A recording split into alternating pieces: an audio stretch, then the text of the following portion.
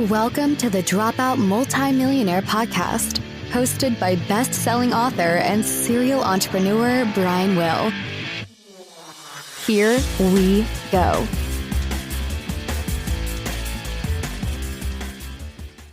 Hello, and welcome to this episode of the Dropout Multimillionaire Podcast. This podcast is based on my second book of the same name. It was a Wall Street Journal best-selling book last year, which, by the way, you can get on Amazon if you so choose. I'm your host, Brian Will, and I will be leading you down this journey of success and failure, and hopefully learning from both. In today's episode, I'm going to be talking to my friend, John Hypes. I have known John for several years now, both as a personal lawyer for my business, as well as a fellow city councilman in our hometown. And here's what's interesting about John, and this is why I wanted to bring him on. Not only is John a business lawyer, and he will be talking to us about the legalities of keeping yourself out of trouble and what to do if you get in trouble. John's also a business owner. He owns his own law practice, and quite frankly, has been through some of the same issues as every other business owner, from startup struggles and issues to ongoing problems. I think he has a unique dual perspective. And with that, good morning, John, and welcome to the show. How you doing? Morning. Thank you, Brian. I'm doing well. Thanks for asking me to come on your podcast. I appreciate it. Yeah, I'm trying to bring people from all different walks of life from a business person's perspective, and the legal side is something that is of critical importance. So real quick, tell me a little bit about your law practice. You specialize, what kind of stuff do you do? Well, I'm a partner in a law firm, and we have different areas within the law firm.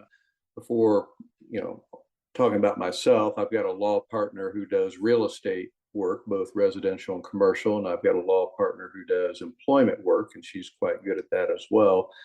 And mine is in the category of business litigation, so it's a lot of contract and money disputes. Early in my career, when I worked for a law partner, a big firm, he called it cheating and swindling law, and that always sort of resonated with me.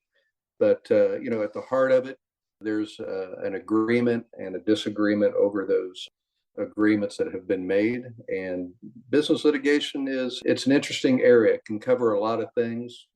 My primary areas of practice relate to insurance and construction and business breakups, say business divorces, is what we call it. So you have built an entire practice around business people who get in trouble in Correct. Some form or fashion.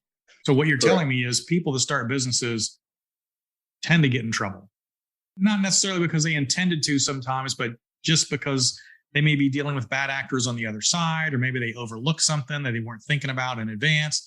But at some point, they've got a problem and they need legal help. That's where you come in and try to help them. Is that fair? That's fair. That's correct. And how long have you been doing this? Been practicing for 35 years, and I've had my own practice for 30 years. So you made it 5 years before you said, the heck with this, I'm doing my own thing. Right. It was just shy of 5 years when I decided I'm going to go hang out a shingle, as they like to say. And because that started your business, I'm very curious as to why you made that decision. I talk a lot in my book about,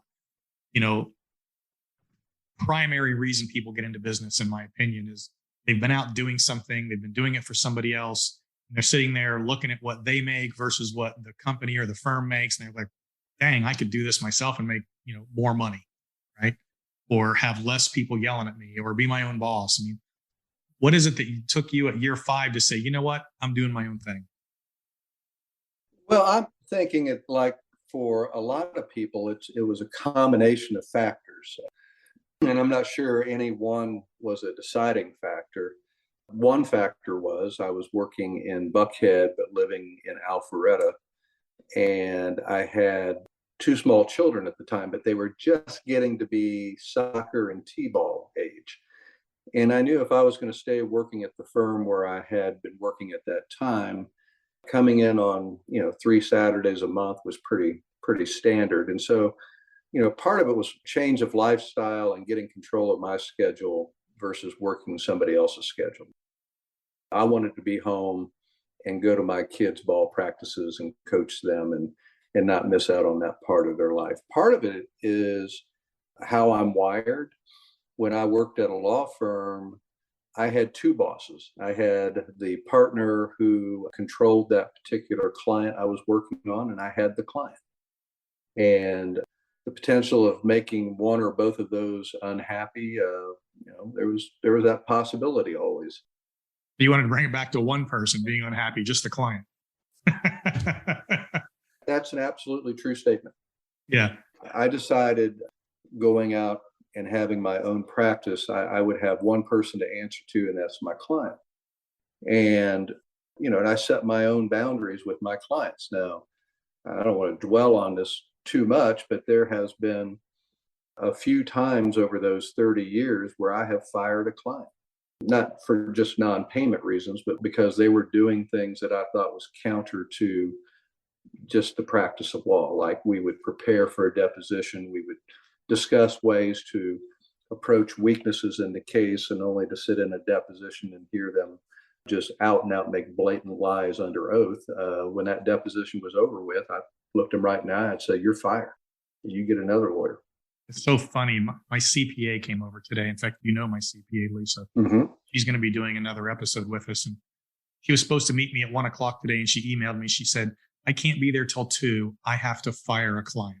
It's exactly what she said. This person's driving me crazy. They're doing things they shouldn't be doing. And I'm going to fire her right now. I'll be there an hour late. I haven't fired anybody for driving me crazy. That goes with the territory. But so, and I don't even want to dwell on that too much. The question was, why did I want to, start my own practice? I wanted control over things like that. And rest assured, there was no directing a client if it was one of the senior partners of one of these major law firms that I was working for. That would have been up to them to make those types of decisions. I think, financially, that was one aspect of it. There was a lot of potential downside of leaving a really nice salary and benefits to, going out on my own. But the upside was so much greater at that point in time. That was another thing that played a part. So when you started this practice, did you have any actual business ownership experience when you started, or you, like most people, hey, I'm a good lawyer, I'm going to go start a business, and you had to start figuring out what you needed to do? Well, first of all, I knew how to practice law, but nobody had ever taught me how to run my own business. So, exactly. But I did have business experience. So in the 4 years between college and starting law school, I was in the real world. And I worked in companies and made payroll as a manager, not as an owner, but I had real world experience. But nothing really prepares you to, balance all aspects of, revenue and expenses, and making sure the two match up at least at the end of the month.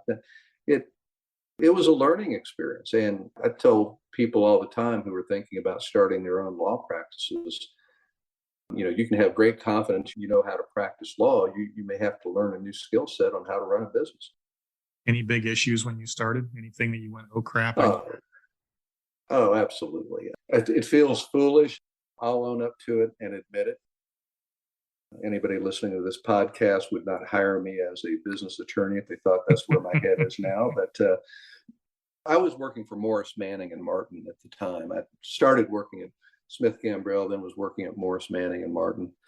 And it was really just about this time, 30 years ago, the fall of 1992, that I was really putting pencil to paper to think,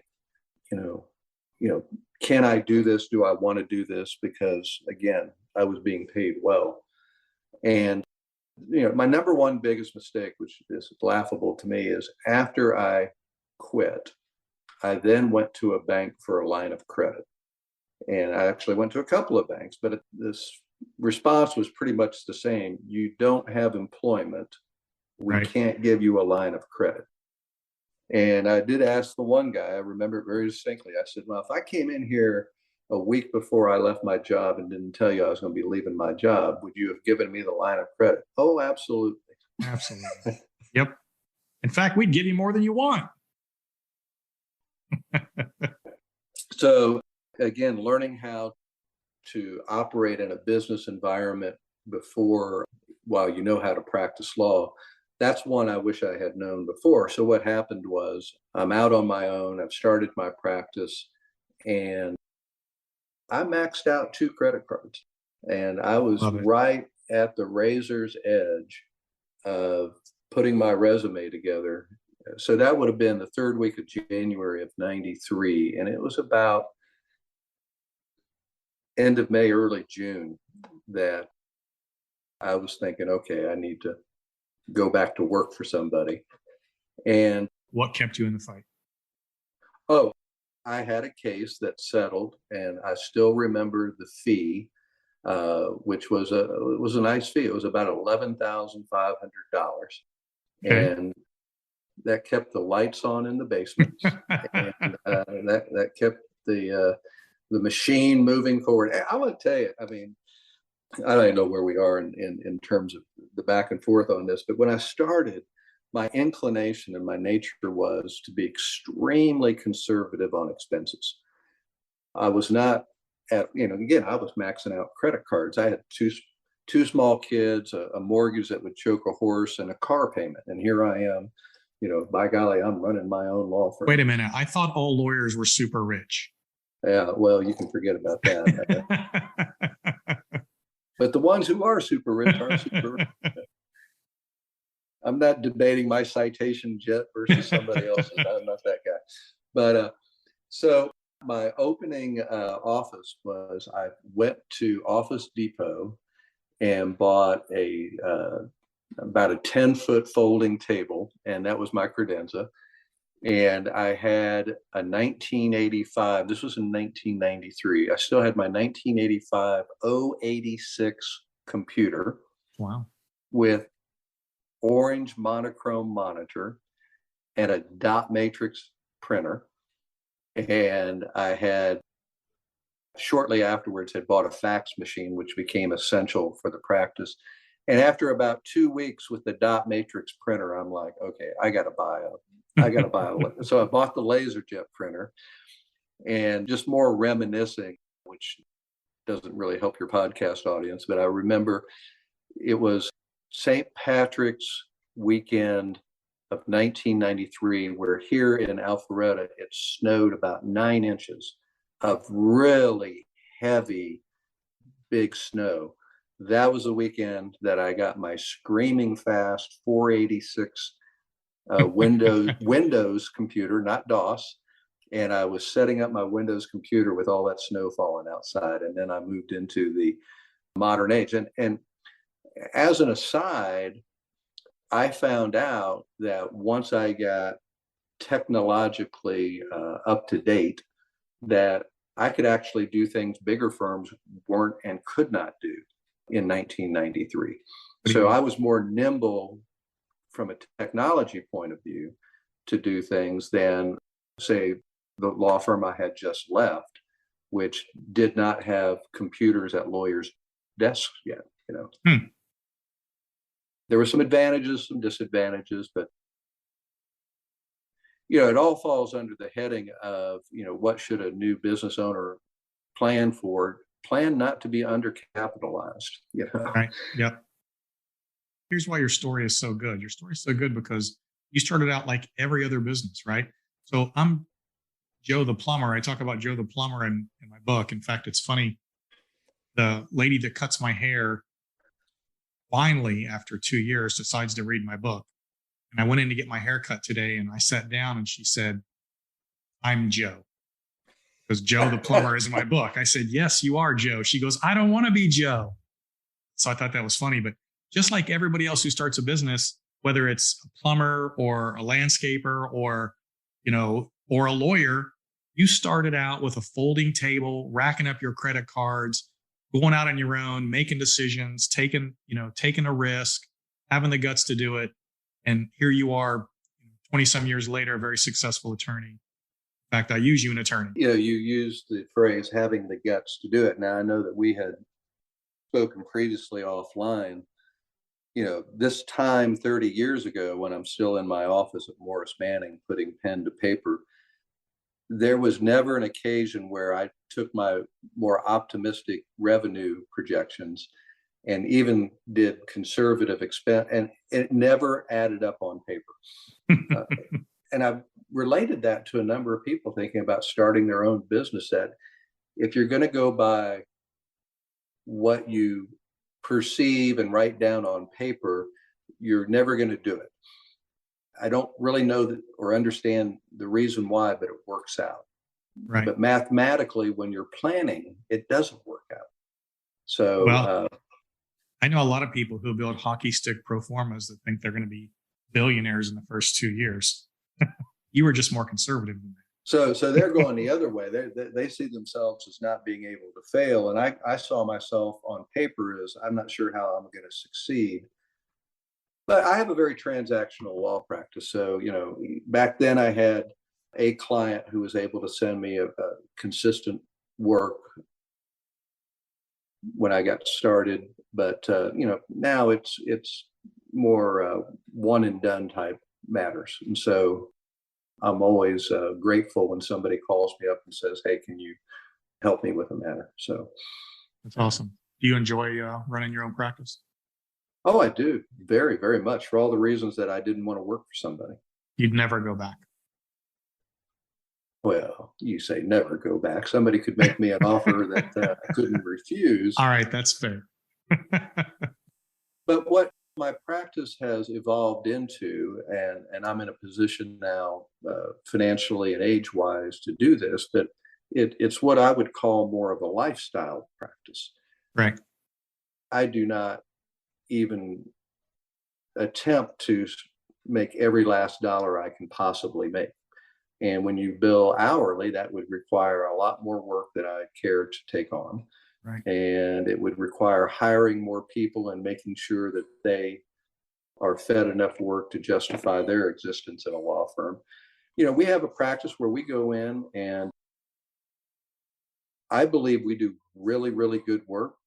And if we want to go home at 5 p.m, we go home at 5 p.m. If we want to come Right. in at 9 a.m. or 9:30, we come in at 9:30. But, trust me, when you're under expectations for other partners in these bigger firms, there was a time where, you needed to be in there early and be working late and sacrificing some things. You got one time on this planet, and I'm not going to miss out on things doing that. Sure. Let me ask you this. So in your practice, you're dealing with small to medium-sized business owners, I assume. Mm-hmm. And in all these years you practice, have you run across some very common things that you have found that people tend to get upside down or in trouble with that they end up having to call you about? There are 4 or 5 things that you're handling pretty much all the time.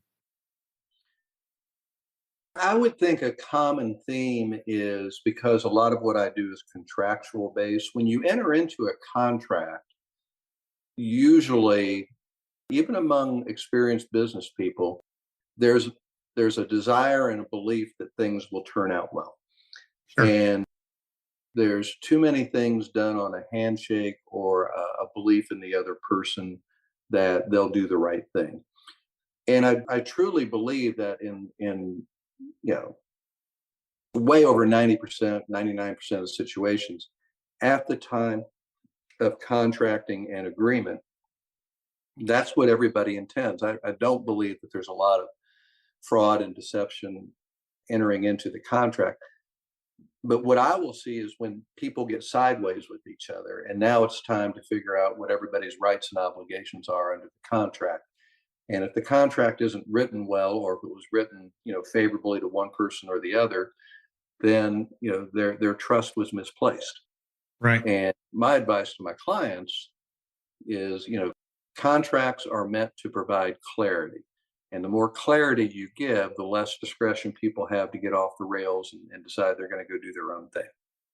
And I have always viewed contracts, and you're right, I do contracts with people we like. We go into business with people we like, but I view contracts as, and I hate to say this, but how am I going to get screwed by the other person?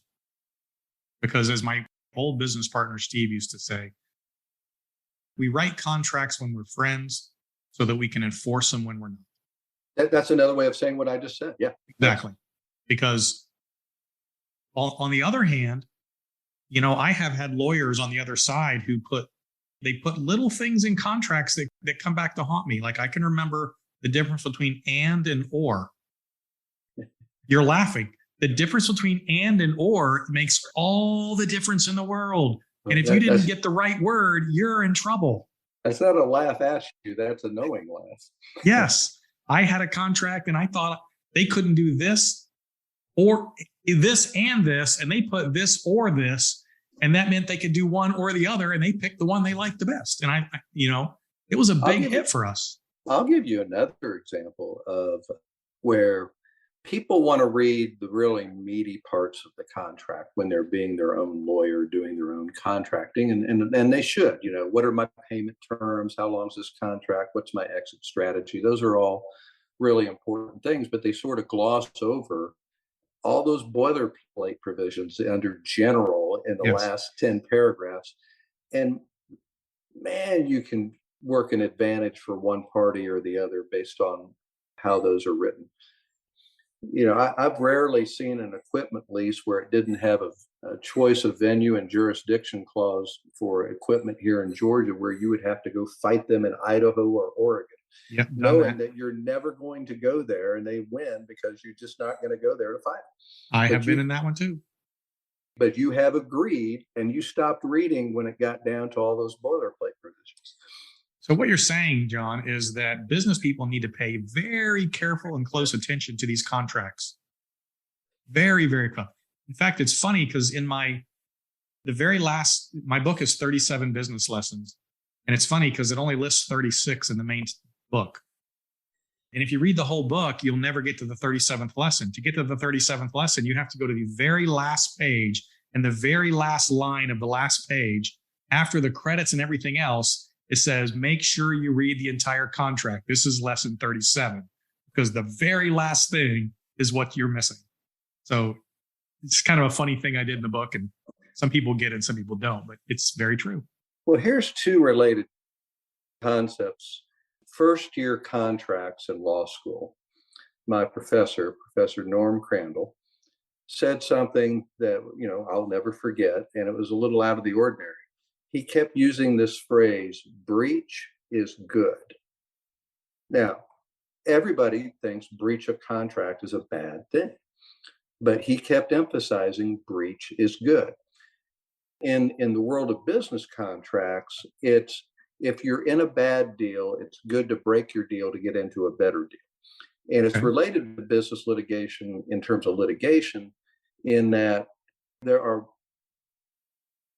a lot of people who understand that they will use a breach of a contract to renegotiate a deal as just part of the business tools that are available to them. Right. And for those who are uninitiated, they take great exception to that and they take it personally. But for those who have been around the block and have been through the wars or seen it done to them, so they do it to others. So here's an advice for your podcast audience. Never, ever sell a business in owner finance. It's the best business in the world for me as an attorney. I will tell you another one. You sell a business with an earnout clause. Oof, I've not earned one single earnout clause in 3 exits. Just didn't happen. And I'll give you one where we learned a very valuable lesson, because I think every time I fail, I learn, right? Key to success, learning from failure, not just failing. We had a business we sold, and it was a $80 million business. The first $50 million was cash. And then we had a little bit of stock and this $25 million earn, right? So here we are. And to get the $25 million earnout, we had to show a profit this next year of $13.5 million. That was the profit that we had to show. Well, we were killing it. We're rolling along all the way into December. We get to December 31st and we're like, we hit 14 million in profit, only needed 13.5. We're good. They didn't pay us our bonus 3 months later. We called them. We said, what happened? They said, no. You had $800,000 in accounts receivable. You don't get credit for that. On December 31st, you still had $800,000 in accounts receivable. So you only made 13.2 instead of 13.5, and we're not paying. We were like, what? They're like, yeah, I mean, accounts receivable doesn't count. I know you generated the business and they paid you in January and February, but that's too bad. You didn't get it. And we Must lost have $20 million. must have been a cash basis tax It setup was rather than accrual. yeah. And guess who didn't really read into that? Because we didn't really know what we were doing. We didn't, and we lost the earnout. I've had this case on a large scale, definitely 3, maybe 4 times. So now when another one comes in the door, I can predict what's going to happen. But it's where the owner who has sold the business and owner finance, and then the buyer has all the options. If the business is going well and going great gangbusters, they're going to keep it, they're going to make the payments, and they're going to, honor their obligations. But if for any reason it doesn't go the way they want it to go, they're going to attack the owner, the seller's financials, and they're going to basically go back and renegotiate the deal. And here's the thing about business litigation: they're going to sue. They're either not going to make payments and make the seller sue the new owner, or the new owner will just sue based on fraud. But nobody has filed that suit to win that suit and to go to court and get a jury verdict. They have filed that suit to change the amount that's owed. Right. It's a negotiation. They're renegotiating the deal. Yes, you're exactly right. And so, this is funny. Make them go to the bank and pay you cash, and then let them work with the bank. That's what you need to do as the seller. I tell people that all the time. Like, we have a contract. You know what? Good luck with that. Let me know how that works out for you. Okay, so let me get into a couple of specific questions here. So our audience are people who, let's say that half of the audience are people who have just started a business. You're a business lawyer. What are the first couple of things they need to do from a legal standpoint to protect themselves, or what I call get your house in order?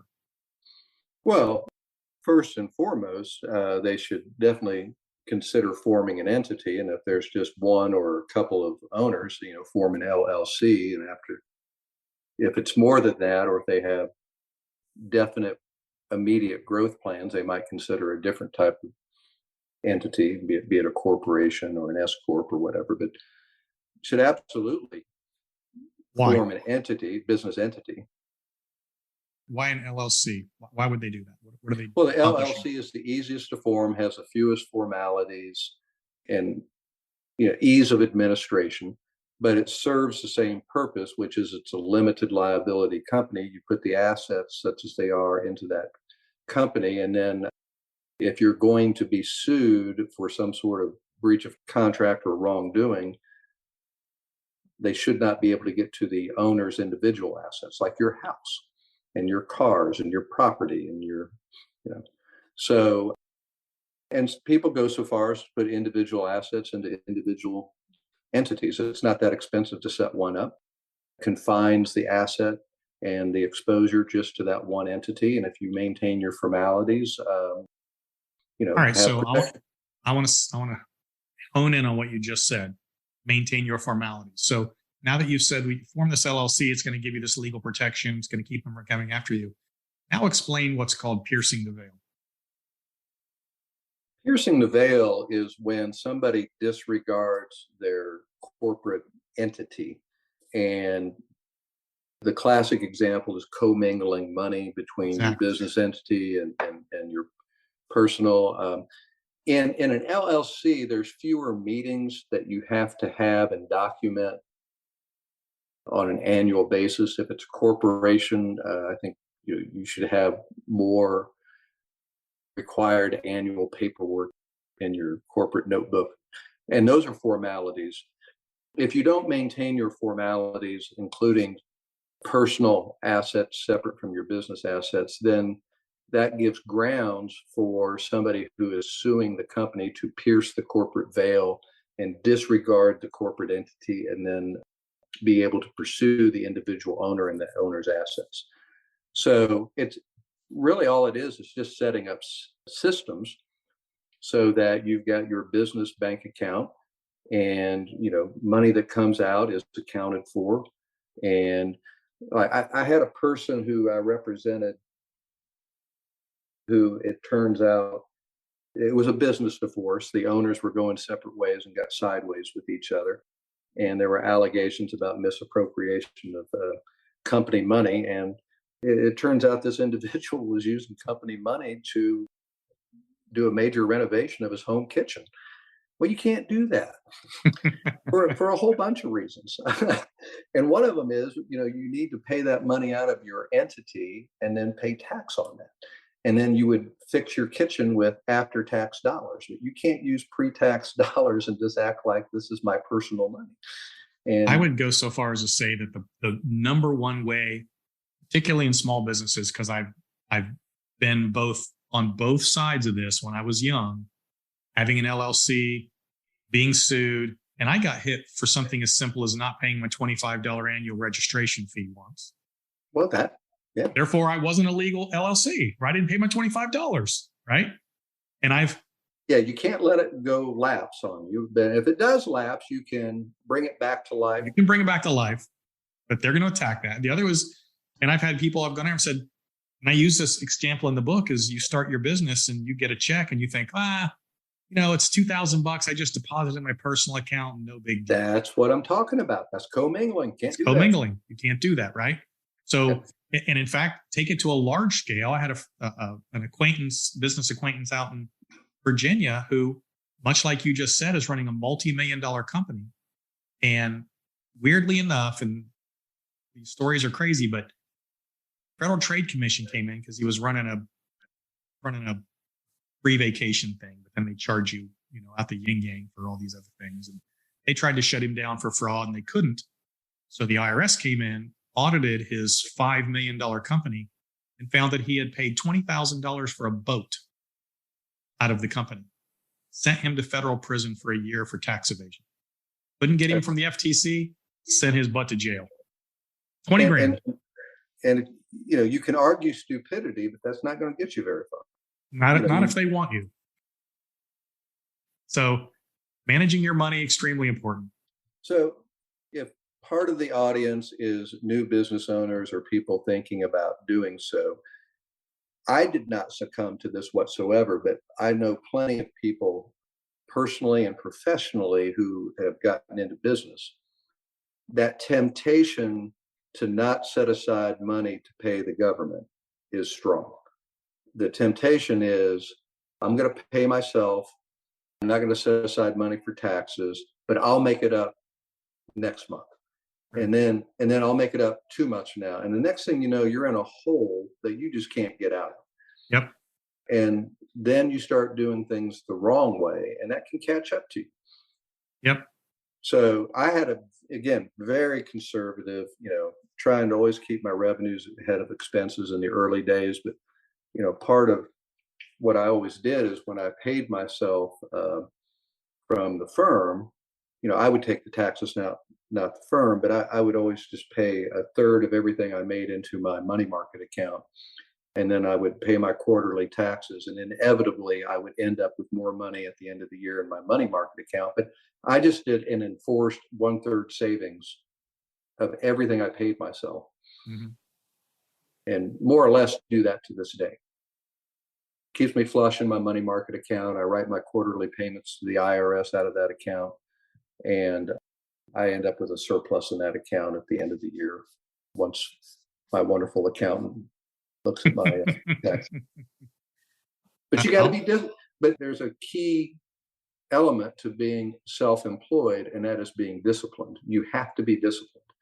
And you can be disciplined in other ways than the way I'm disciplined, but you have to be disciplined in some way. And if you just think, you can spend all your money and not have to pay the piper and I'll figure it out next month, you can get in the hole real quick. And I'll give you another one. You're not a tax lawyer, but another one I see, small to medium-sized business owners doing is trying to pay everybody as a subcontractor. Oh, I see this all the time. And you are going to, if you get caught, all you need is one person to get mad at you.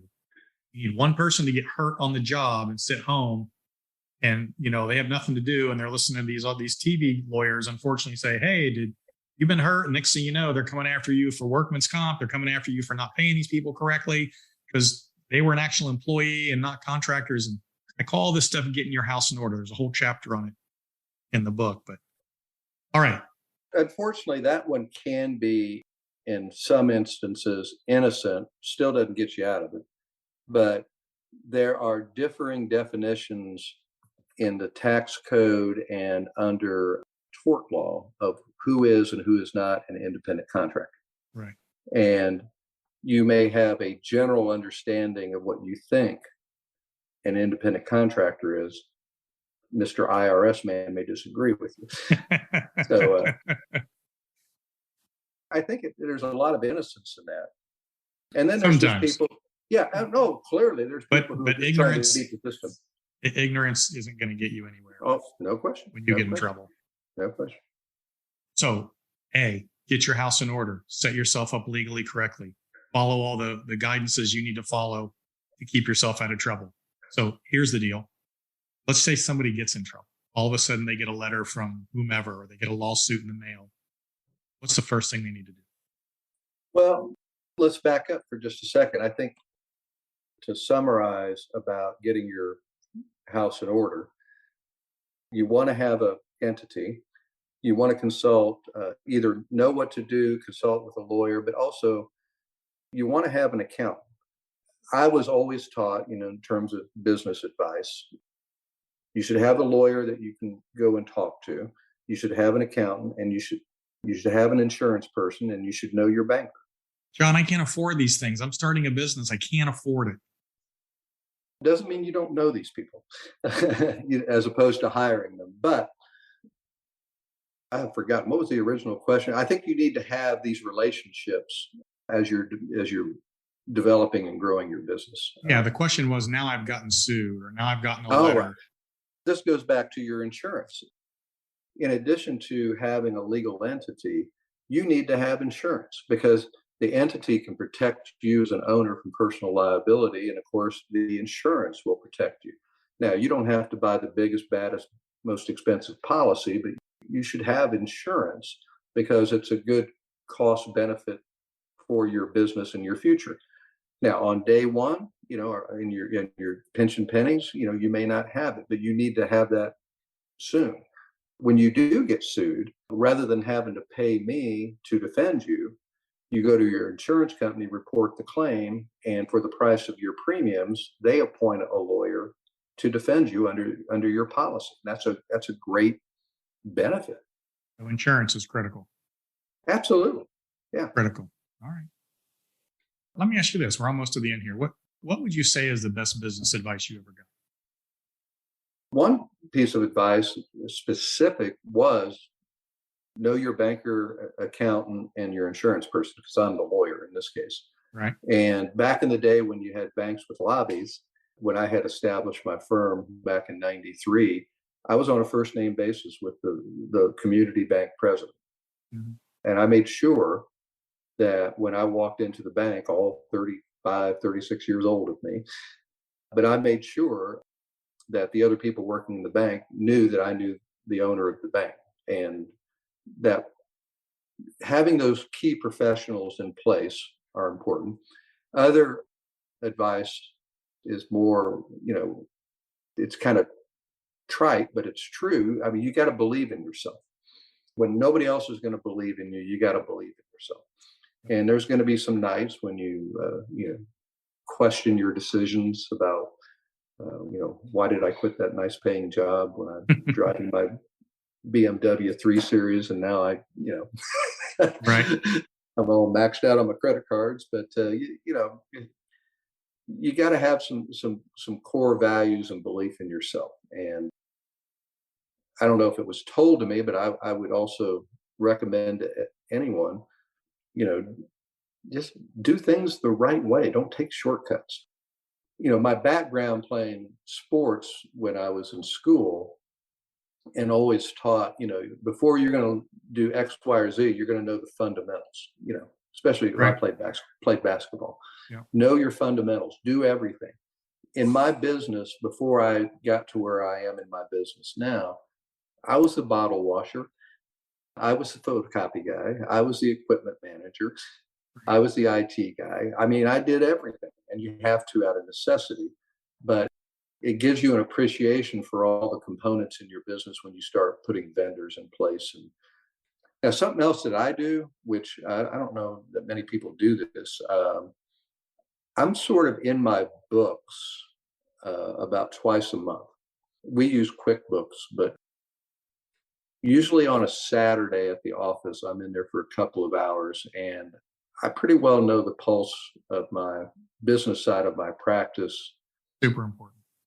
At all times. Not as good as some of these restaurateurs who have everything on an iPhone. Hey, I get a report every Thursday. In fact, I just got mine today. Yeah. Lists every company, all revenues, cash flows, bills, outstandings, P&L by the week, by the month. I look at my bank accounts every morning when I wake up. I look at the bank to make sure nothing's happened. Look at revenues for the different businesses from the nights before because I got them on apps. I know my business is inside and out. Right. So you do it more frequently than I do, but I feel like I might be doing it more frequently than some other people who are a little more detached. I'll let the bookkeeper do all that stuff. Let me tell you something. I've done acquisitions for 20 years, and I can tell you that 80% of businesses don't even run a P&L, don't have QuickBooks. Their stuff's in a shoebox, and it kills me. I'm about to go speak at a national franchise convention. I'm not going to say who it is, but one of the things that the president of this company told me is, you got to convince these people to get all the receipts out of a shoebox and put them into QuickBooks because they don't know what they're doing. I'm like, all right, that's my mission. Yeah. So yeah, I look at my P&L at least twice a month, if not more, in the balance sheet. And since I look at it fairly often, the numbers really mean something to me when I'm looking at it. I mean, I look at, this year versus last year. I did think of another piece of business advice, and right. This one, I don't know if we're running long or not, but we're good. So I was still at my first law firm, Smith, Gambrell and Russell, and we had just moved into the Atlanta Financial Center, and they had the 17th and 18th floor, and I'm in the big conference room, just me and a client. And I'm telling you, that conference room table, I don't know how many tens of thousands of dollars that 30 seat table costs. Yep.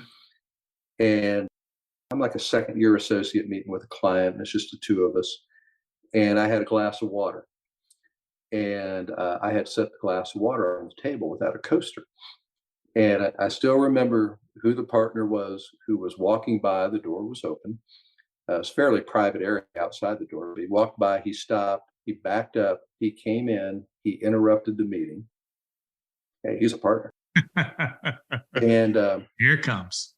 And he said, "Would you set that wet glass on your dining room table at home?" I'm smart enough to know what that answer is. And I gave him the answer. I said, "No, sir." No, sir. He says, "Well, don't be setting it on my table." And he walked out. And the lesson I learned from that, and I've always remembered that so clearly, is think like an owner. Every person I've hired, especially as an associate attorney, to work for me as an attorney, I've tried to instill in them that one little thing that happened to me. Think like an owner. Don't think like an employee. Take ownership of what's going on here. You may not have bought that table, but think like you are going to own it. Think like an owner, not a renter, not an employee. And it's a different paradigm. You see things differently when you think like an owner. And it really did cause me in that one moment to see things differently. So that is not only an awesome story, but I can't even follow it up. So I'm going to let that end the show today. That was awesome. Anything else you want to say before we go, John? No, I just really appreciate it. It's always fun talking with you. I always learn when I hear your stories and love your contributions, and can't thank you enough for asking me to join with you on this. Super appreciate you being on the show. This is actually one of my favorite shows. I like this. So that wraps up today's show. I appreciate everybody listening. Hope you guys come back for the next episode of the Dropout Multimillionaire. I am your host, Brian Will. And remember, you got to be in the game to win the game. We hope you've enjoyed this episode of the Dropout Multimillionaire. To learn more about how we can help you with your business, Or if you'd like to be a guest on the show, visit www.brianwillmedia.com or the Dropout MM on Instagram.